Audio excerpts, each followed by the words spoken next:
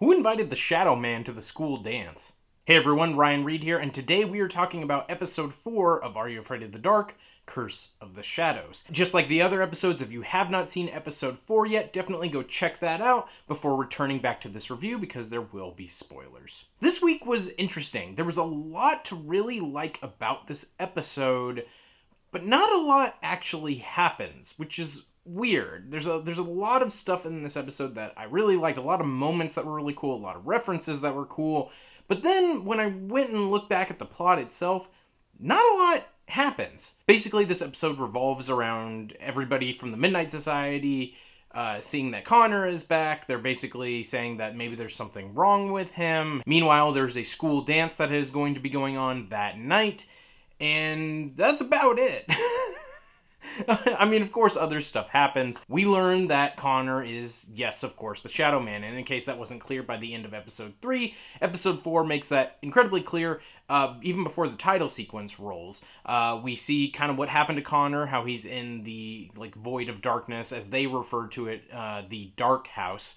And we see Zoe, who was the character that we see in the kind of story Sardou tells, and it ends up being a real person. We see all these kids trapped in the dark house by the Shadow Man. Connor is one of them. After the Midnight Society does this spell, what happens is it's not actually Connor. It gives the Shadow Man the ability to come out in light, and so he looks like Connor, and now he can come out at any time during the day, but his powers are obviously still most prominent and most powerful when the sun has gone down. And like I said, there's a lot to actually really like about this episode. There's a lot of cool little moments that I thought were great. I thought that the reference to the Bunny Man legend that Seth talks about, which is a legend that pretty much every state has. Every state knows about the Bunny Man legend. So it was cool to actually see a real life legend, that is referenced to scare kids. Kids start each other, oh, you go to the bridge where the Bunny Man is. And so it was kind of fun to see that referenced in Are You Afraid of the Dark as a local legend there as well. For old school Are You Afraid of the Dark fans, there was also a reference to Vink, which I appreciated. I liked the fact that when Sardou was on the phone, he's talking to somebody who was referred to Sardou's magic shop. For what, we're not entirely sure. It's something that's clearly not part of a reputable business. But they're referred by Vink, which is awesome. So if you're a big, long-time Are You Afraid of the Dark fan, it's just fun to hear that name again, although we haven't seen Vink show up yet in any of the episodes. Dr. Vink would be a welcome addition, I think, maybe to another season if they do another season of this. Some of those teenage romance moments come back as well, and some are kind of clunky, but other ones work really well, like when we see that Luke and Hannah didn't put together any projects, and so Hannah quickly makes up this project about, a light bulb and the potato, which as soon as I saw that, I was like, yeah, that's going to come back into play at some point, which it does, of course, by the end of the episode. But the idea that not only is it like a, silly, awkward teenage romance moment where they have to hold hands to get the electrical current going so that the light bulb comes up and all that stuff. It also was very clearly, at least to me, a plot element that would probably come back later, considering this whole season is about the Shadow Man and how he doesn't like light, so it would have to make sense that that source of light would probably come back at some point. But yeah, that was fun, and then seeing Hannah awkwardly ask Luke, to the dance in front of the entire class was also very funny. They kind of stayed away from a lot of the cheesy stuff that we saw in episode 2, and there was a little bit of it here, but, it worked better, just like the previous episodes had, and it was cool to see Hannah kind of take charge and ask Luke to the dance and be awkward about it. And because we've seen so much of it from Luke's, point of view, that it was kind of nice to see the reverse, and it worked. And it was a funny, silly, sweet moment. There's also another really sweet moment where we see Hannah talking to Seth, and Seth basically saying that he wants to join the Midnight Society because he doesn't want to stop being friends with his older sister. And her being like, hey, of course, we'll give you an opportunity to join the Midnight Society. You can tell a story. It's a really, really kind of sweet moment, but it wasn't done in a kind of sickly Hallmark sweet, moment. It wasn't that type of thing. It was fun. That was a nice little character moment as well. And speaking of character moments, the big moment with Jay at the end of the episode where his character has kind of come full circle was nice to see. I liked the idea of him kind of embracing the fact that he is now a shield. And, there's this very cool moment where him and Luke talk about, oh, I'm just a sidekick. I'm the one that cracks jokes and you're the hero. And Luke goes, yeah, maybe in my story, but you can be the hero of your own story. See that play out, see him kind of stand up to Shadow Man, costing him, I guess not technically his life, but, sending him to the void of darkness, was a very, very cool character moment. That being said, the whole comic book aspect, I'm a little confused by, because in the first episode it shows up, it's a scare. It's, Jay reading the comic book, and all of a sudden what he's seeing is playing out. And it worked. It worked like a Freddy Krueger scare. It worked like the Shadow Man's messing with his mind. So what he's seeing in this comic book is actually playing out, and it's there to scare him. And, the Shadow Man seems to feed on fear, and the more fear, the stronger he gets, and so then he can take people into the dark house or void of darkness or whatever you want to call it. And so that moment worked. But then we've seen it pop up, and I hadn't really thought about it until this episode a couple more times, where it's predicting the future, where it's not controlled by the Shadow Man. It seems like it's just something that happens, which is weird. I mean, I wasn't upset by it, but it was just kind of a weird moment of oh, wait a minute, that's not something the Shadow Man's controlling, because it makes sense that he would be able to, right? Jay's reading a comic when he's scared, and so the Shadow Man seems to be able to control fears and things like that, and so because of that, it's oh yeah, of course he'd see this comic book come to life. But then when it's the big heroic moment, it's weird that the comic still plays out, showing what's going on. I don't know, it's just kind of a weird moment. Maybe they'll explain it later on, but right now it kind of feels a little disconnected. I still like the concept. I still think those moments are really cool, and obviously seeing, like I said, Jay embrace that fact that I'm going to stand up to this thing, the Shadow Man, and I'm going to, be the hero of my story, is a cool moment, and of course it ties in with the comics and everything, so that all works. It just feels odd now. There's a disconnect between what the comic was before and what it is now. Again, maybe that's me. If you know about it, leave a comment down below. Maybe it makes more sense to you. But to me, it seemed a little bit baffling. There's also some other moments that kind of just didn't add up in this episode for me personally. One of them is Sardo and Seth breaking into the school dance, which actually their interactions work. Before that all happened, seeing Seth kind of talk with Sardo at the magic shop and kind of, him being to Sardo this annoying little kid, and Seth sort of kind of being annoyed by Sardo, but also kind of looking up to him because he's this magician and that's what Seth wants to be. And so those interactions actually worked really well, and there's some really funny lines, when Sardo's their spells, they all rhyme. Moments like that work really well, and seeing them try and bribe the I guess the hallmonder, however you want to put it, the bouncer basically for the school dance, who's, looking at him you're clearly not in high school and you're way too old to be in high school. And so, that seed played really well. It was really funny. But then Seth goes, I'll find us another way into the school. And then a few moments later, it just cuts to them running through the school hallways. And I was well, I guess it's ultimately not important to the plot how they get in. But it was still, one of those moments where I was a little confused watching it, going, all right, I guess they're just in the school. Okay, great.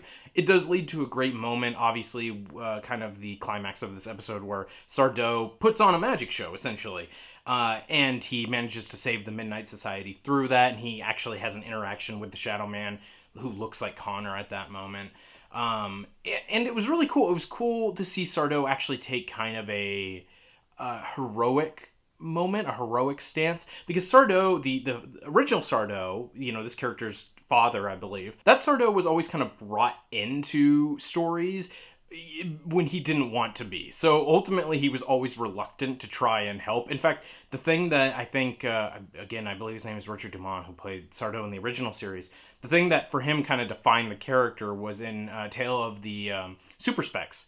And it's when he dives under the table and says, take the children! That character is very cowardly, and so whenever he gets wrapped up into stories, he's never really trying to help the kids. He's trying to help them because it benefits him, or he's reluctantly helping them.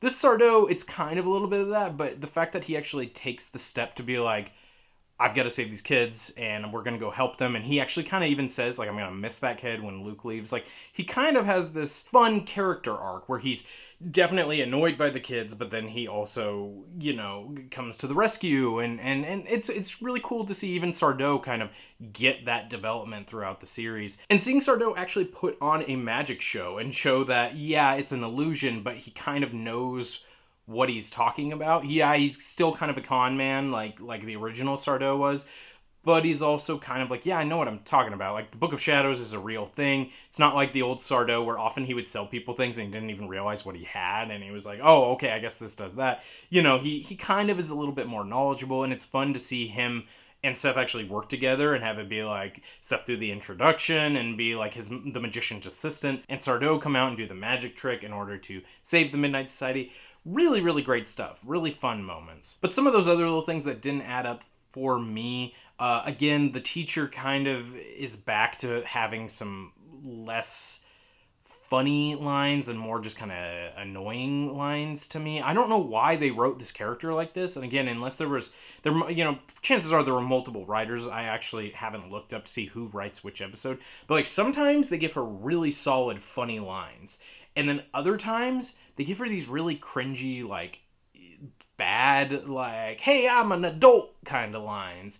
And I was just like, why can't they figure this character out? Because it's nothing wrong with the performance. The actor's doing a great job and they're giving it their all, but it really comes down to these lines that they're giving it. It's just, they're really bad lines. Like, there's a moment where she's like, talking to Jay about wanting to decorate the school. Which, by the way, I know Jay was supposed to be in charge of the entire dance decorations, but why would you pull a kid out of class because he didn't decorate the gym to decorate the gym by himself? Like, that's on you. That has nothing to do with the student. And obviously it's a plot moment because they talk about it earlier on where, the principal makes him like, or teacher, I'm still unclear if this is a principal or a teacher, but she makes him like cut out the stars and then he doesn't do it. And I know it's like a follow-up on that, but it's just weird. It's a weird moment where it's like, hey, you, student who should be in class right now, who it was my responsibility to make sure this thing got done, you're going to do that. You're going to skip class and you're going to make sure this gym is covered in stars. And then she has a bad line where she's like, twinkle, twinkle. It's just, that moment was really bad for me. Again, nothing against the show overall, nothing against, the actors or anything like that. It's just like certain written lines are weird. There are so many moments in this series, like 90% of it is fantastic. They're not talking down to the audience. They don't care that, like, it's a kid's show. They're going to make it as scary as it can be for that audience without alienating, like, an adult audience, fans of the original Are Afraid of the Dark, or even, parents who are tuning in with their kids. Like, it's an enjoyable show. But then you've got this, like, 10% that's been written, like, it's like a bunch of, 50, 60-year-olds were like, this is what the kids like, right? Who, we're going to make fun of adults and don't they sound funny? And it's weird. Like, it's like the rest of the show is so well written. And then we've got these weird little moments where it doesn't blend. And so because the show is so good, it makes those moments stand out more. But again, this is just me being like nitpicky about the writing. I'm not saying that the show is bad. Obviously, I'm having a blast at watching it. I'm really enjoying reviewing it. But just those little moments where I'm like, why is she talking like that? Why does she have these bad lines? Who wrote this and was like, nailed it, Control S that. We're gonna save that line. Because it's just like, why? It's just so weird. The other moment that was a little weird for me was when the Shadow Man locks Gabby in the closet. Not because that interaction didn't work. In fact, her like terror in that scene is so good. That performance is fantastic. There's a moment where she realizes that Connor is the Shadow Man, which is done in this weird way, which is like, maybe we should...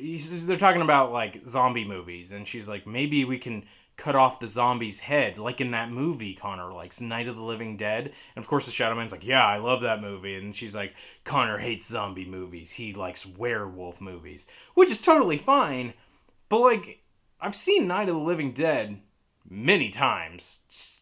as far as I remember, no zombies get their head cut off in Night of the Living Dead. I mean, maybe Gabby doesn't know that. Maybe they just said Night of the Living Dead because, it's a title people will recognize.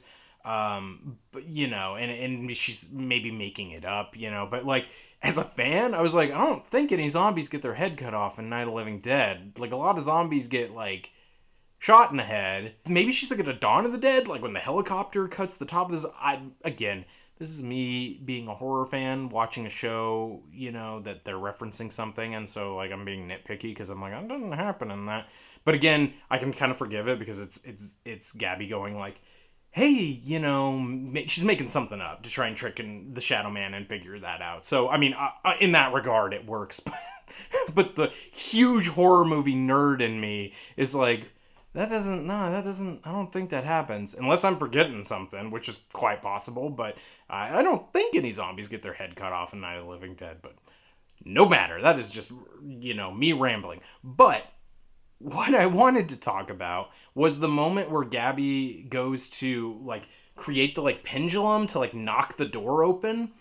Because it seems so convoluted. Like, they have a reference to it earlier when she's reading, like, stuff in her study guide for the test she needs to do with Connor, the Shadow Man, and she's talking about this equation.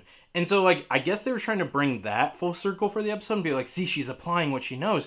But, like, we've clearly seen that these teenagers have their cell phones with them at all times, so it's not like a series taking place in the 90s or even the early 2000s where, like, maybe somebody doesn't have a cell phone. They always have them on them. So why wouldn't she just call somebody? Like, again, the show took the time to explain why they don't contact the police in episode 2, but they don't take the time to be like, yeah, she could just call somebody and be like, I'm trapped in this closet, come help me. Instead, she's like, I'm gonna create this convoluted thing. And I was like, why? Why do we need to do that exactly? I don't quite understand why, except for just the, like, the bringing it full circle aspect of it, of like, she's talking about this equation now, she's applying what she knows, she's not applying it to the test, she's applying it to survive, which could work, but it just kind of comes off as clunky when you realize, like, yeah, she has a cell phone. We see her in the previous episode, we see her at the beginning of this episode in a flashback to the previous episode answer her cell phone and be like, hey mom. So, like, she answered it when they were being attacked by the Shadow Man. She can't answer it in the closet of the school? I mean, maybe she doesn't have a service, but, like, you think they'd do a quick moment of her looking and being like, no bars, which is always like a lame excuse in horror movies. But for something like this, like, I'd take that. So then we get the moment where it's like, oh. But then again, maybe this episode ran long. Maybe they had to cut little moments like that out, and that explains why Seth and Sardo just are instantly in the school. Maybe that explains why we don't see her with this. It could be stuff like that. Or it could just be an oversight. Or again, it could just be me overthinking it. But it was like one of those moments where I was a little baffled. And I thought, well, wouldn't it be better if she just called her friends? And, like, that's what interrupted the school dance? And then, Jay,